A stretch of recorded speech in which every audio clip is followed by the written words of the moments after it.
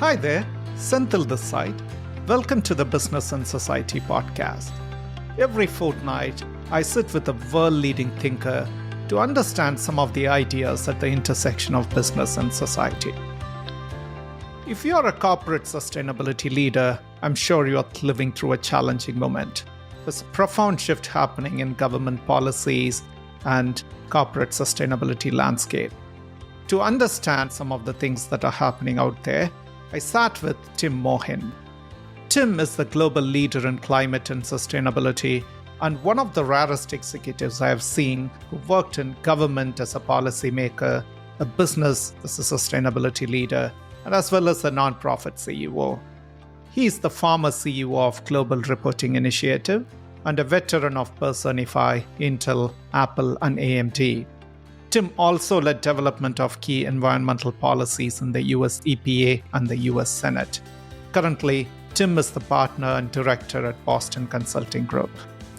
Tim, very warm welcome to the podcast and great to connect with you again today. Thank you. It's a pleasure to be with you.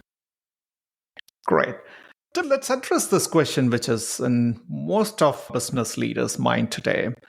Looking at the developments in trade and politics that's unfolding over the past few months or so, if you meet a business leader who's concerned about sustainability, what would be your single strategic advice be? What should they do? It seems like many in the sector are paralyzed now with so many changes happening.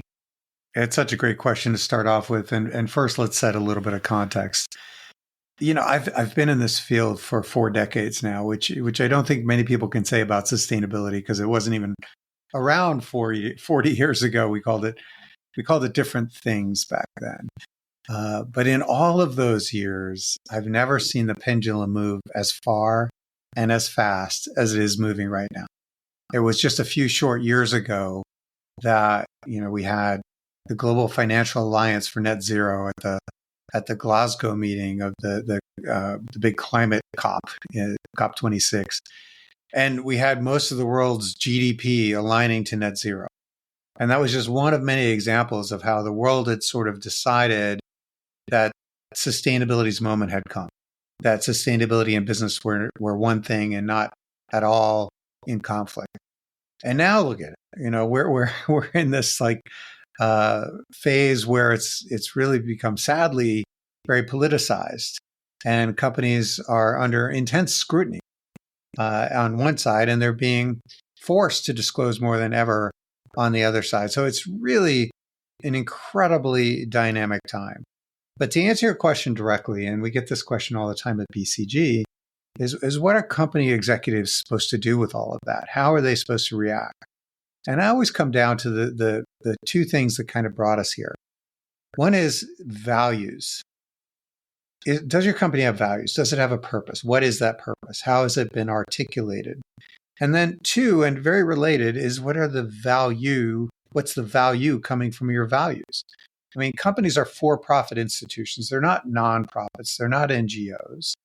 And so when they set values for their institution, they should have value that comes from that.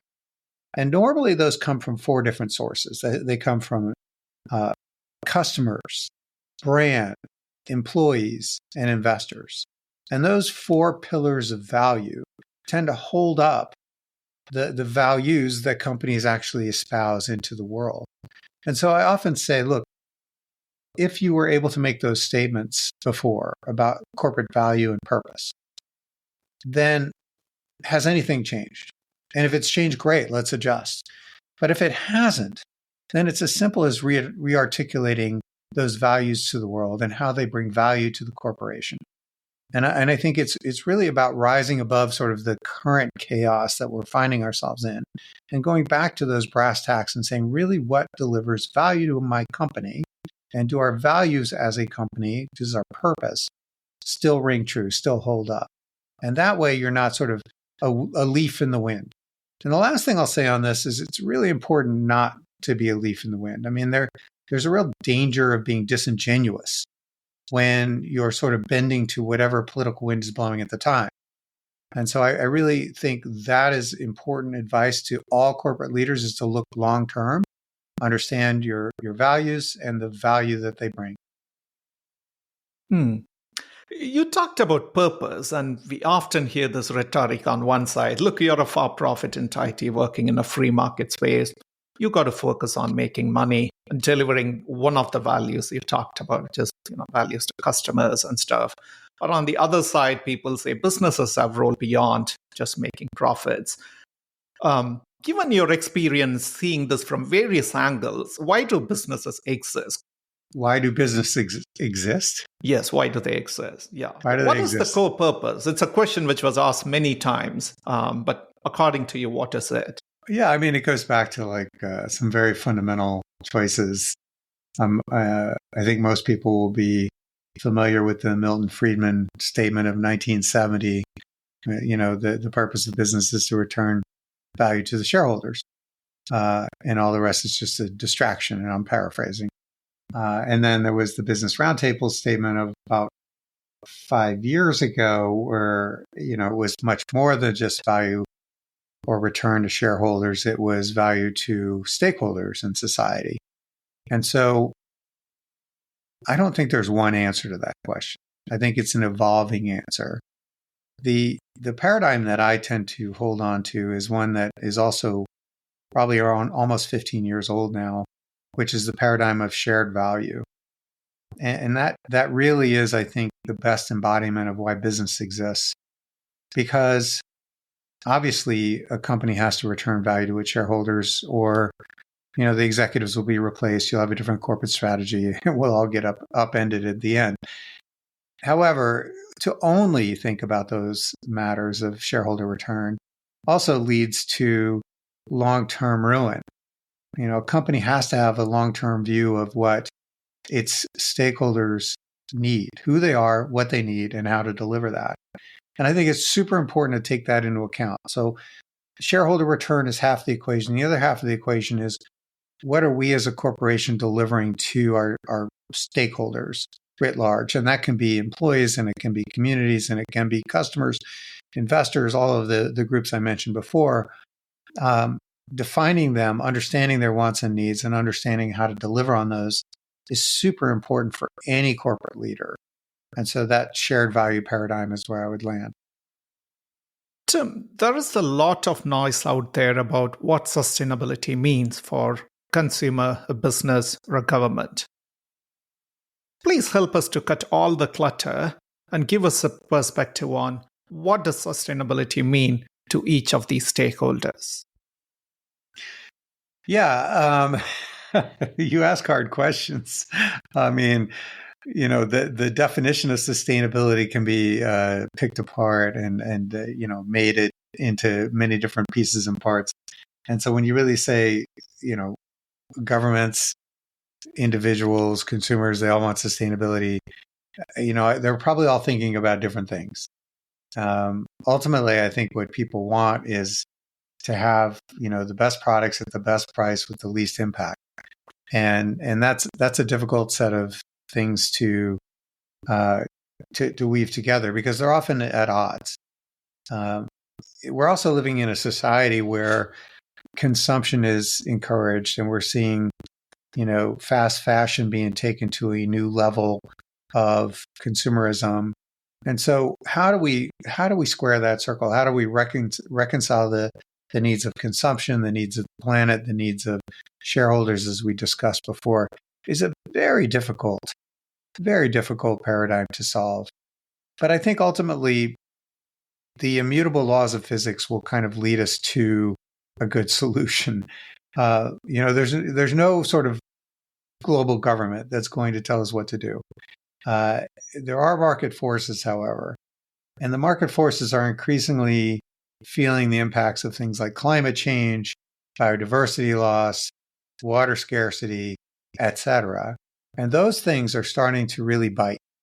You don't have to look any further than the tragic most recent wildfires in LA and the series of other climate-related natural disasters across the world. A statistic we saw the other day is that the natural disasters in the U.S., many of them climate-related, over the past year resulted in approximately 2% of GDP. Now, when you're getting into full percentage points of GDP in the world's largest economy, it's getting real. And the insurance industry is the tip of the iceberg in terms of the market forces that will exist that will drive sustainability forward. We're also looking at a change of administration in the US, which is having global implications of sort of deregulation and saying, well, what does that really mean for renewable energy and the whole path that we were on? Well, it turns out it's only going to be a shift in terms of the slope of the curve. The curve is still up and to the right in terms of decarbonizing our energy supplies and energy usage, because those trends are really hard to reverse. They've been going on for years. So we're going to see more and more of that. And I think it's these market forces that will lead us in the direction. The question is, will it be fast enough to avoid the worst effects of climate change? Many people have different opinions on that. I'm not sure who's right. I do know, though, that regardless of all of the distractions that we're seeing in the current hyper-dynamic world, we are moving in the right direction. So climate change is certainly one of the top themes which we often hear and read. Is there any dominant sustainability priorities that are in business leaders' mind around the world besides climate change? And what are the top 2 or 3 which you are seeing? So the top 2 behind climate change are human capital and biodiversity. I might put plastics and circular economy in that list if I could have 3.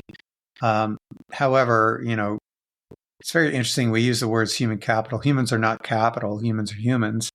And, human capital is an aggregation of many important socially related issues that have been with us for many years. I mean, we're talking about basic, safety, labor, human rights issues that have all been sort of bucketed under that large title. Yet it's now becoming quite clear that those issues, as old as they may be, need care and feeding. And the reason for that is because we're now living in a globalized economy and value chains stretch across the world into many locations that may have less protection for human beings. And we're seeing actually some of the issues of forced labor, child labor, and other egregious practices actually increase rather than decrease, even in today's modern world. And so those kinds of issues are clearly coming up the radar. Then when you look at biodiversity, I mean, the question really is, how much of the economy depends on the natural world? And study after study shows that we actually do depend on the natural world. Natural capital is incredibly important for business as well as all society. I think businesses are largely confused about their role and how they can either impact or positively benefit natural ecosystems. But that is now starting to become more and more part of the discussion, which I think is important. And plastics, I mean, my goodness, they were the sort of wonder material of the 1940s and 50s, and now we find ourselves awash in plastic. And what do? The Global Plastics Treaty last year unfortunately failed, and yet I think we're going to have another turn of the dice this year, which there is hope that we'll see some sort of international plastics remediation treaty, which will be wonderful. You talked about human capital. I've heard this term only from human resource executives talking about how much human capital they have. But it seems you talked about value chains, human rights, and child labor. How different is it with the human rights, which, we work on supply chains, forced labor, and all those stuff? Are they 2 different ideas, or human capital encompasses all these things? It encompasses all of those things. When I had a part of my career at Apple where I was in charge of what we called supplier responsibility. And it was at a period of time when the company was being criticized for labor and human rights abuses or alleged abuses in the value chain. And so I got to see this world close up, and how many parts of the world work is treated differently.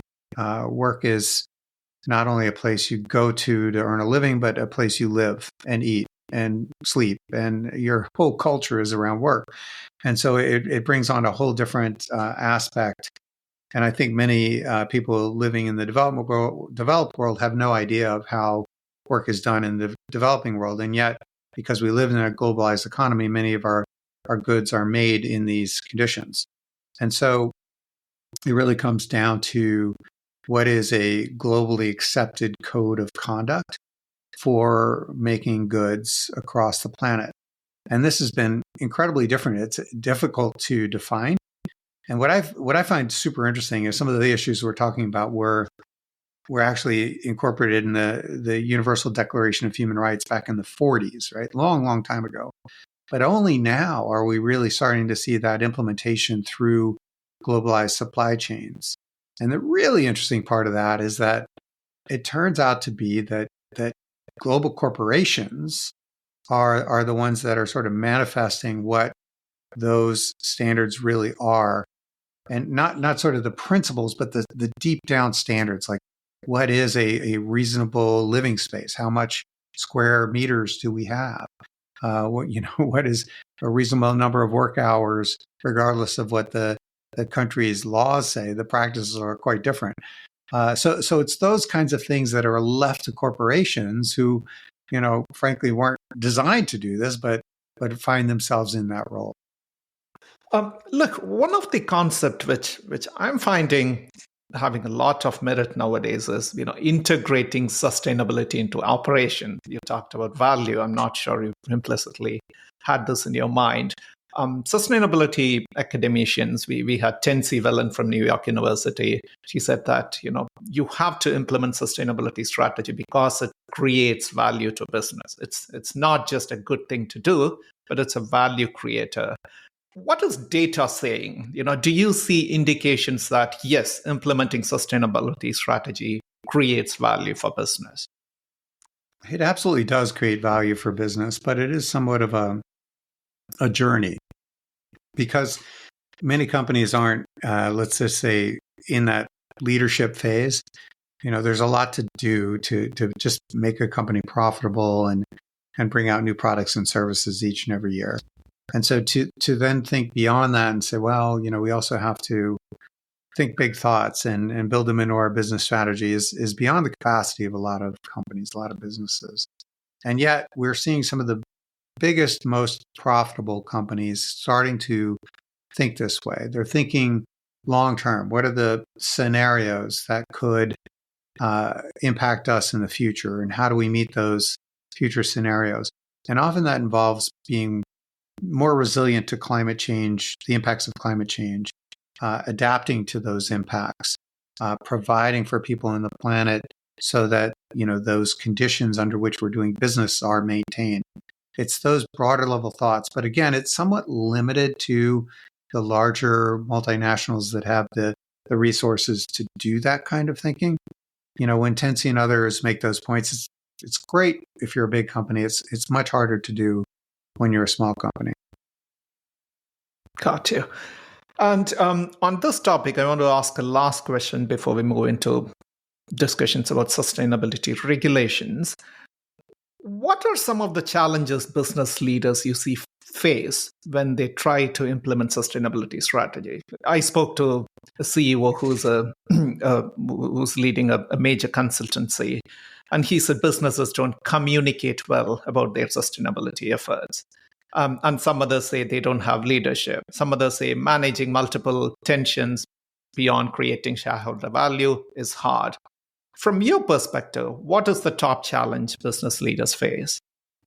I think it's balance. You have to balance so much when you're a business leader, especially a CEO. And I've seen it. There's some high-profile cases in Unilever and Danone where we saw leaders that maybe got ahead of the board of directors and shareholders driving sustainability too hard. And then other leaders who maybe ignored some of the telltale signs that they were getting into trouble.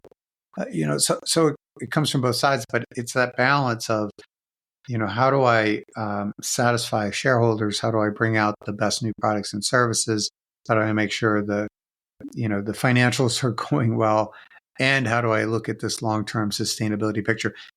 Balancing all of those things takes a very special and smart individual, and not everybody's there. And so that balance, I think, is super important, because if you just focus on one, of the many different attributes that a CEO or business leader has to focus on, then I think you can go astray just by having those blinders on. Great. Tim, let's talk about sustainability regulations. I was reading your newsletter today. Thank you so much for such a great newsletter. You got what, 100,000 subscribers? And we're over 60, which I'm very proud of. But ESG and climate news once a week on LinkedIn is our newsletter, and I appreciate the kind words. It's a labor of love, but because it is such a dynamic space, we try to keep everybody up to speed, and in doing so, I keep up to speed myself with everything that's going on. Right, because you put all those thoughts into that one email trail, it makes our work so simple that we can quickly skim through and understand what's happening. So thanks for those efforts, Tim. Such a lovely newsletter. Talking of which, the title of that newsletter is somehow indicated that we are heading into an era of deregulation. And I was also reading some news, a statement from President of the European Commission, who said that we are simplifying some of our regulations, including some of the sustainability regulations, and I quote, to fix our weakness to regain competitiveness. So I want to ask you two questions. So first is, give us a general take on regulations. And second, does regulations always goes on collision course with competitiveness in the That's such a great question. canvas? I mean, on your first question, given my long history and starting as a regulator, I was at the US EPA for 8 years, and then I worked in the United States Senate after that. So I was in the federal government working on regulation for quite some time. And just to kind of set a context, back in those days, the world was a little bit simpler. If there was pollution, for example, we set a regulation to lessen the pollution. Nowadays, you have a lot of different mechanisms, from market-based incentives and transparency and disclosure and that kind of thing, that are meant to get at that same problem, but in a much less direct manner. Back then, it was sort of, command control. That was it. And so we went from that era into an era of, I think, corporate social responsibility, where companies were very aware that they had a reputation or a brand that was somewhat tied into the matters we're discussing on environmental and social. And so they started to do more than regulation, which was great. And we saw all of this kind of voluntary action, which is still very much with us today, still very impactful in terms of company action. For example, companies set net zero goals and then voluntarily each year produce reports that show progress against that goal. Fantastic. That's wonderful. Then we headed into this next phase of regulation, which you were talking about. And I think the last 3 years especially has been super interesting, because you're seeing things like disclosure regulation. In Europe, we have the Corporate Sustainability Reporting Directive, or CSRD. Many different capital markets around the world are also requiring climate disclosure as part of financial disclosure. So we've taken the voluntary and we've gone full circle, and now we've put it back into mandates. And that's kind of an interesting switch, if you will, going from regulatory to voluntary back to regulatory. And yet now, for whatever reasons, we're seeing a massive deregulatory trend, as you mentioned. And a good example of that is the US. We had a regulation in the Securities and Exchange Commission to require greenhouse gas disclosures, went through years of comment, proposal, litigation, et cetera. And now it's pretty clear under the new administration it will be withdrawn entirely. And yet we're seeing states like California, like New York, like others step up to fill that gap with new legislation and regulation. And certainly Europe, they're feeling the deregulatory pressure as well, but they seem to be sticking to the basics of their regulatory framework as well. And then the last thing I'll say to sort of address your second question is there's a few different ways to regulate, and regulation can often be viewed as the enemy of competition or competitiveness. And where that starts to get blurred is when you have incentive-based regulation versus the sort of command and control, like thou shalt report your scope 1 and 2 emissions in your financials. That's command and control. You must do it. As opposed to the Inflation Reduction Act, which basically said for companies that are developing climate friendly or climate tech products, we will provide grants and other subsidies, tax credits, et cetera, to support that kind of activity. And when the US did that, I think many other countries were like, wow, that is actually brilliant, because it's putting incentives rather than disincentives for decarbonizing activities. So you get both. You get both economic activity and you advance sustainability at the same time.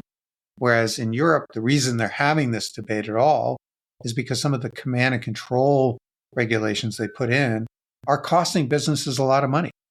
And the Draghi report, you may be familiar with, the former prime minister of Italy produced a report saying Europe is less competitive because of all these sustainability regulations. It really sort of tipped the dominoes over. And now Europe's sort of rethinking their entire approach to this, looking at the US, looking at other countries that have incentive-based programs and saying, well, maybe we did it wrong. So that's what I think you're seeing going on in terms of competitiveness and regulation. What are the interests that is driving this deregulation momentum? So is it businesses pushing this or consumers demand that? Could you just take us behind the curtain and tell what's happening out there? It is business. I think there's a lot of frustration over, let's just say, burden. And, when a company gets a lot of additional requirements thrown at them to go off and research, figure out what the right answer is, produce a report, and they don't really intuit that there's any benefit to their bottom line or their top line or any line, they're like, well, why am I doing that? That's just really, just a check the box exercise. And so that feeling is coming from a lot of companies now and just saying that cost, that burden with no return is something we cannot afford. And maybe the benefits are there. Maybe they're, more societal, but companies themselves are really not acquiring those benefits, or at least not acquiring them in the short term and saying, well, we can't afford that cost. And one question which often emerges in the part of the world I work in, which is predominantly Asia, is all this pushes towards regulation or the green subsidy, which the last US administration announces. People see it as more of a protectionist measure. Do you have any view on this? You've touched on an incredibly important issue. I actually think that trade and environment, which has been around a long time, has actually morphed into one of the most important issues going forward into the future.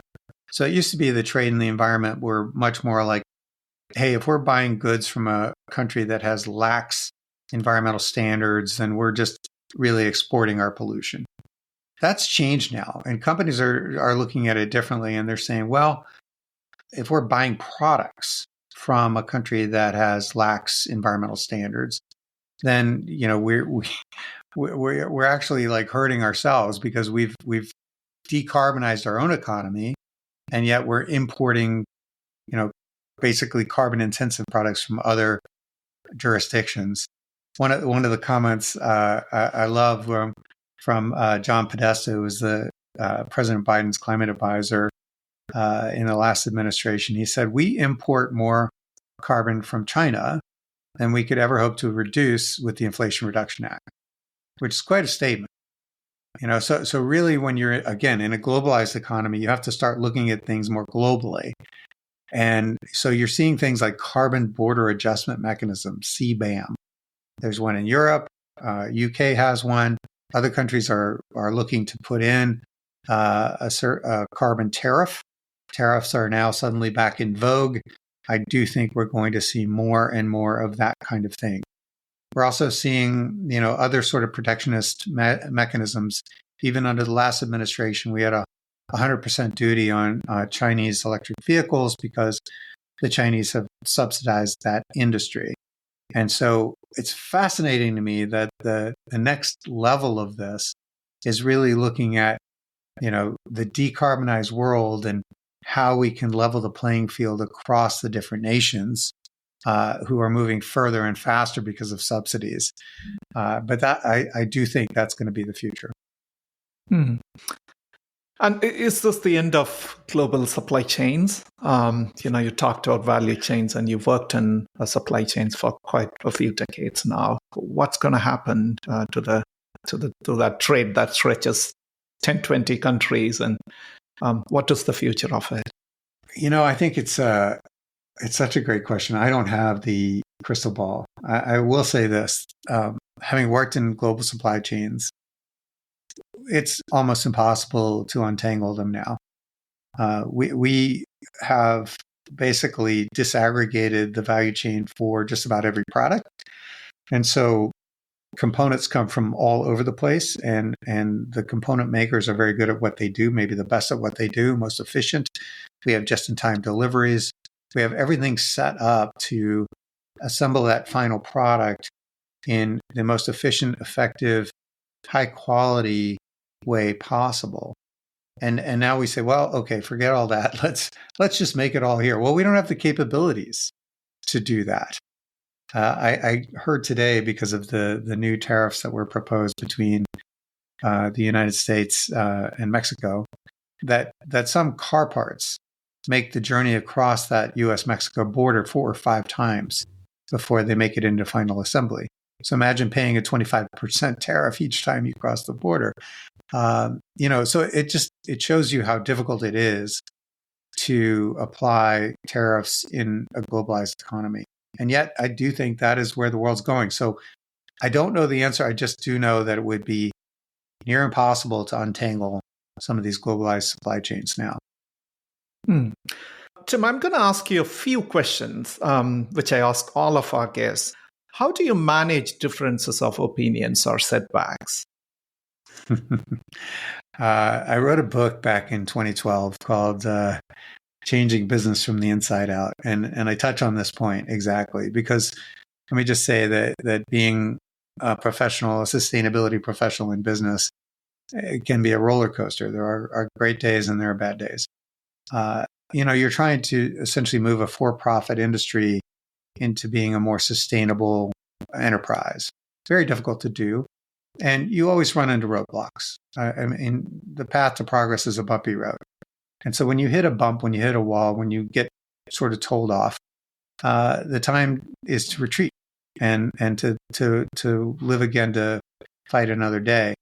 And I think strategic retreat, incrementalism, is the way forward. As a very old guy at this point, one thing I've learned over my many years is adaptation.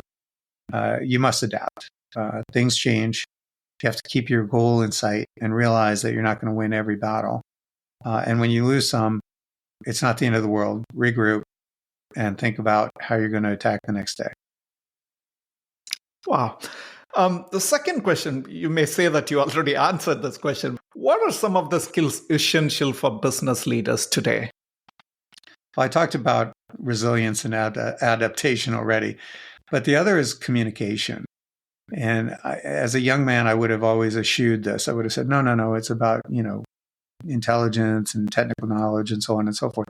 I didn't realize then that what I realize now, which is great leaders have followers. How do you have followers? You're a good communicator. You're able to espouse a particular message in a way that people find compelling and are willing to follow. And so mastering communication and reading the audience and knowing who you're speaking to and speaking in their language so that you can be understood clearly is such an important and transferable skill. And maybe even more important in the world of sustainability, because we are covering a vast variety of issues, working in a whole bunch of different environments, from business to NGOs. And they're very emotional issues. Let's face it. I mean, people get kind of worked up about these things. And so even more important to be a good communicator in that environment. Fantastic. Finally, what are 1 or 2 book recommendations you'll give to our listeners? Well, I already recommended my own book, so yes, I'll leave a link to it, but I'm sure you read a lot. So I do read a lot. I do read a lot. And I think that, this may be a little bit off topic, but I read The Comfort Crisis recently. And I thought it was an amazing book because it sort of speaks to how we've become so comfortable in our modern lives and how we've lost the ability to feel discomfort, and how we can be sort of more resilient by being a little uncomfortable every once in a while. It was a really good reminder to me to read that book and to see how things have changed, and then to understand the sort of political environment that we're in and how it has evolved around us. I read The Coddling of the American Mind, and I found that to be a very interesting read as well. So both of those books, kind of recent reads, gave me a good lift. Excellent. Tim, what a pleasure talking to you today. Thank you so much for joining us and giving your time and sharing all your valuable perspectives. It's been my pleasure. I hope we do it again sometime. That was Tim Mohin. I'll leave a link to his book and his newsletter on the description section of this podcast episode. I highly encourage you to subscribe to his ESG and climate news. It gives a very comprehensive perspective of all the happenings in the corporate sustainability sector, and I found it really useful. Thank you so much for tuning and listening to our podcast today. It was a delight to have you, and when you get a chance, please do not forget to leave a rating and review of this podcast, and feel free to write to me if you have any thoughts or comments or what kind of episodes you'd love to hear in the future. Thank you so much.